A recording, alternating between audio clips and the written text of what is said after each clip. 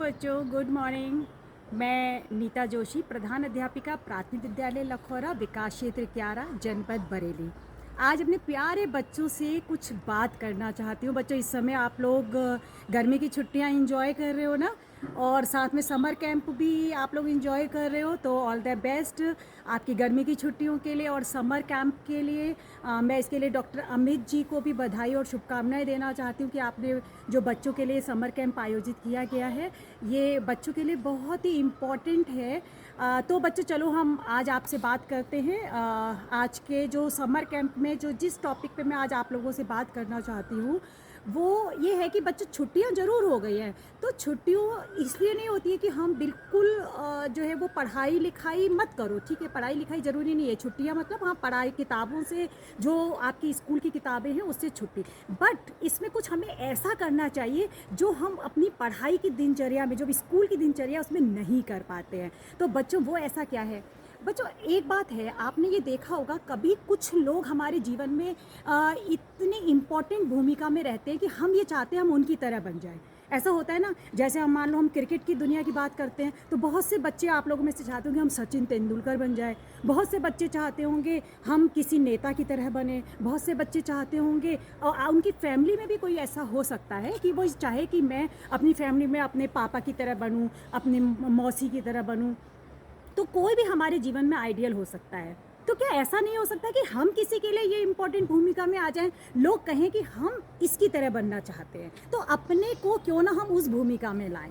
तो कैसे अपने को प्रभावी भूमिका में हम लाएं, हमारी व्यक्तित्व में ऐसा क्या हो कि लोग हमें फॉलो करें? तो बच्चों, आज छोटी छोटी बातें मैं आपसे शेयर करना चाहूँगी। अगर उसको आप लोग अपनाओगे तो ज़िंदगी में आप लोगों के लिए उदाहरण बनेंगे। तो सबसे पहली चीज़ बच्चों, आप लोग भी देख रहे होंगे कि जब से कोरोना काल आया या अब भी, कि सब बच्चों के हाथ में मुझे फ़ोन दिखाई पड़ता है।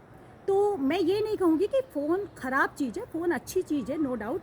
बट हमें क्या करना चाहिए कि हमारे आसपास की दुनिया इतनी खूबसूरत है, जो आपके आसपास आपके पड़ोस में रहते होंगे, आपके रिश्तेदार होंगे, क्यों ना उन लोगों के बीच में बैठो, है ना? जब हम अपने लोगों के बीच में बैठते हैं, 4-5 लोगों के बीच में बैठते हैं, तो कुछ बातें हम उनकी सुनते हैं, कुछ बातें हमारी ज़िंदगी में बड़ा उसमें से महत्वपूर्ण प्रभाव डालती है। कोई बातें बिना चाहे भी जो है वो हमारे लिए इम्पॉर्टेंट हो जाती है। और कभी क्या होता है, हम भी उनको कुछ अच्छी बातें बताते हैं। तो जब हम सोसाइटी के बीच में रहते हैं, अपने समाज के लोगों के बीच में रहते हैं, तो अपनी संस्कृति को, अपने कल्चर को अच्छे से पहचान पाते हैं। और वो चीज़ हमारी जब हमारे व्यक्तित्व में आती है, तो वो एक अलग ही हमारे व्यक्तित्व में निखार लाती है। तो बच्चों, कोशिश ये करो कि मोबाइल में ज़्यादा समय बिताने की बजाय अपने परिवार के लोगों के बीच में बैठो, अपने मम्मी पापा के बीच में बैठो, दादा दादी के बीच में बैठो। तो उनसे आप देखना कि एक अलग आपका जो रिश्ता है ना, वो कितना मजबूत हो जाएगा। तो आज पहली टिप बच्चों मैंने आपको यही बताई है कि आज से आप फ़ोन पे एक लिमिटेड टाइम जो है वो अपना बिताओगे, और बाकी टाइम अपने परिवार वालों के बीच में, अपने रिश्तेदारों के बीच में बिताओगे। ठीक है? अब मैं दूसरी टिप की बात करती हूँ कि अगर वो हमें ज़िंदगी में क्या करना चाहिए। दूसरी टिप ये है बच्चों, कभी आपने देखा होगा कि कभी कोई आपसे किसी मुद्दे पे बात करता है, तो हम लोग क्या करते हैं, नज़रें झुका लेते हैं, क्योंकि हम मजबूत नहीं होते। तो बच्चे, अपने को अपडेट करो। अगर आप मोबाइल का भी यूज़ कर रहे हो ना, तो अपने को उससे नॉलेज गेन करो। नॉलेज कैसे गेन हो सकती है? अखबार पढ़ो, आप समाचार देखो, और जो अच्छे लोग हैं आपके चारों तरफ, उन लोगों से बात करो, ताकि आप देश दुनिया के बारे में, अपने आस पड़ोस के बारे में जान पाओ। तो जब आप अपने को अपडेट रखोगे ना बच्चों, तो आप देखना आपके अंदर का जो आत्मविश्वास है वो कितना बढ़िया हो जाएगा, और आप 4 लोगों के बीच में बेझिझक किसी भी मुद्दे पे, किसी भी बात पे जो है वो अपनी राय रख सकते हो। ठीक है ना? तो बच्चों, दूसरी चीज़ ये कि हमें अपने को अपडेट रखना है। अपडेट के लिए आप समाचार देखोगे, न्यूज़पेपर पढ़ोगे, कोई भी मैगजीन्स आती है वो पढ़ोगे, तो आप जो है वो उससे अपने को अपडेट रख पाओगे।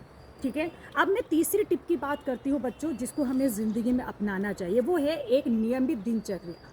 आपने देखा होगा कि छुट्टी होने का मतलब है हम 10 बजे सो के उठ रहे हैं, जब मर्जी आ रही है तब खा रहे हैं, जब मर्जी नहीं है, पढ़ना नहीं है, और बाकी चीज़ की भी कोई नियमित दिनचर्या नहीं है। ना पढ़ने का टाइम सेट है, ना सोने का है, ना उठने का है, ना खाने का है। तो बच्चों, ये अगर हमने अभी से अपने में सुधार नहीं लाए, तो ज़िंदगी भर ये जो अनियमित दिनचर्या है ना, ये हमें ज़िंदगी में कभी आगे नहीं बढ़ने देती है। क्योंकि हम ये सोचते हैं कि आज तो आराम का समय। आराम बच्चों, कुछ नहीं होता, ये होता है कि अपने को हम कैसे इफ़ेक्टिव बना सकते हैं। तो सबसे महत्वपूर्ण चीज़ अगर आप लोग ज़िंदगी में आगे बढ़ना चाहते हो तो वो है आपकी नियमित दिनचर्या आपकी होनी चाहिए। समय से उठो, समय से खाओ, समय से खेलो, समय से पढ़ो और समय से सो जाओ। तो आज से नियमित दिनचर्या आप लोग अपनाओगे, ठीक है? और इसके बाद जो अगली महत्वपूर्ण बात मैं बताना चाहती हूँ जो हमें अपनी ज़िंदगी में अपनानी चाहिए, वो बच्चों ये है कि हमें पढ़ने की आदत, रीडिंग स्किल अपने आप ज़रूर डेवलप करो। अब ये नहीं है कि छुट्टियां हो गई हैं तो हमें पढ़ना नहीं है। पढ़ने का मतलब कोई भी अखबार आ रहा है वो पढ़ो, है ना, कोई भी मैगज़ीन आपके पास है वो पढ़ो। देखो पढ़ने से क्या होता है, हमें क्या हो रहा है, हमारे आस-पास क्या हो रहा है ना, विज्ञान में क्या हो रहा है, साहित्य में क्या हो रहा है, फ़िल्मों में क्या हो रहा है, सब चीज़ की जानकारी रखो। किसी एक क्षेत्र में नहीं आगे बढ़ो, हर क्षेत्र में आगे बढ़ो, अपना सर्वांगीण, अपना ऑलराउंडर बनो। तो पढ़ने की आदत जब हम डालेंगे बच्चों, तो किताबों से अच्छा कोई दोस्त नहीं होता।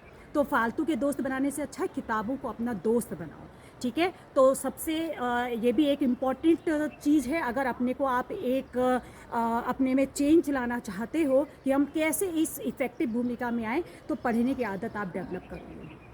इसके अलावा बच्चों हम जो है लाइफ में ऐसी क्या चीज़ अपनाएं कि हम सक्सेस हो, आगे लोग हमारे लिए, हम दूसरों के लिए एक उदाहरण बन सकें। तो बच्चों स्थिति ये होनी चाहिए कि हमें जो है वो अपने अंदर की जो स्किल है ना, जो आपके स्कूल में बहुत सारे कंपटीशंस होते हैं। कभी किसी के यहाँ ड्राइंग कंपटीशन होता है, कभी रंगोली होता है, कभी भाषण होता है, कभी निबंध होता है। उसमें कितने बच्चे भाग लेते हैं? बहुत कम बच्चे। तो सबसे पहली आदत अपने में डालो कि स्कूल में जितने कंपटीशन हो रहे हैं उन सब में आपने प्रतिभाग करना है। चिंता इस बात की मत करो कि हम जीतेंगे या हारेंगे।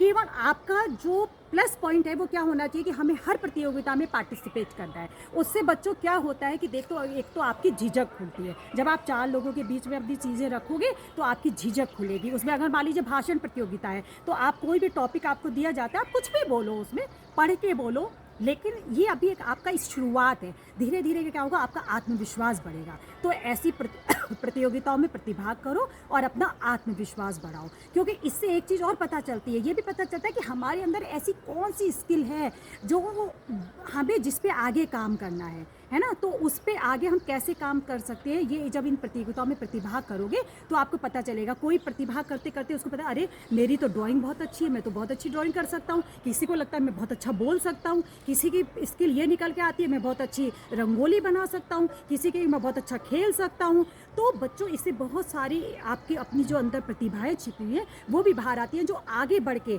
आपके कैरियर में आपकी बहुत बड़ी सहायक हो सकती है। तो बच्चों ये छोटी छोटी बातें थी जो मुझे आज आपसे शेयर करनी थी, और मुझे उम्मीद है कि आप लोग इसको ज़िंदगी में ज़रूर अपनाओगे और एक ऐसा प्रभावित व्यक्तित्व तुम लोगों के रूप में हमारे सामने आएगा कि लोग कहेंगे कि उस बच्चे की तरह बनो, हमें उस बच्चे की तरह बनना है। ठीक है बच्चों, तो आज से ये छोटी छोटी टिप्स आप लोग अपनी लाइफ में अपनाओगे। Okay, bye bye.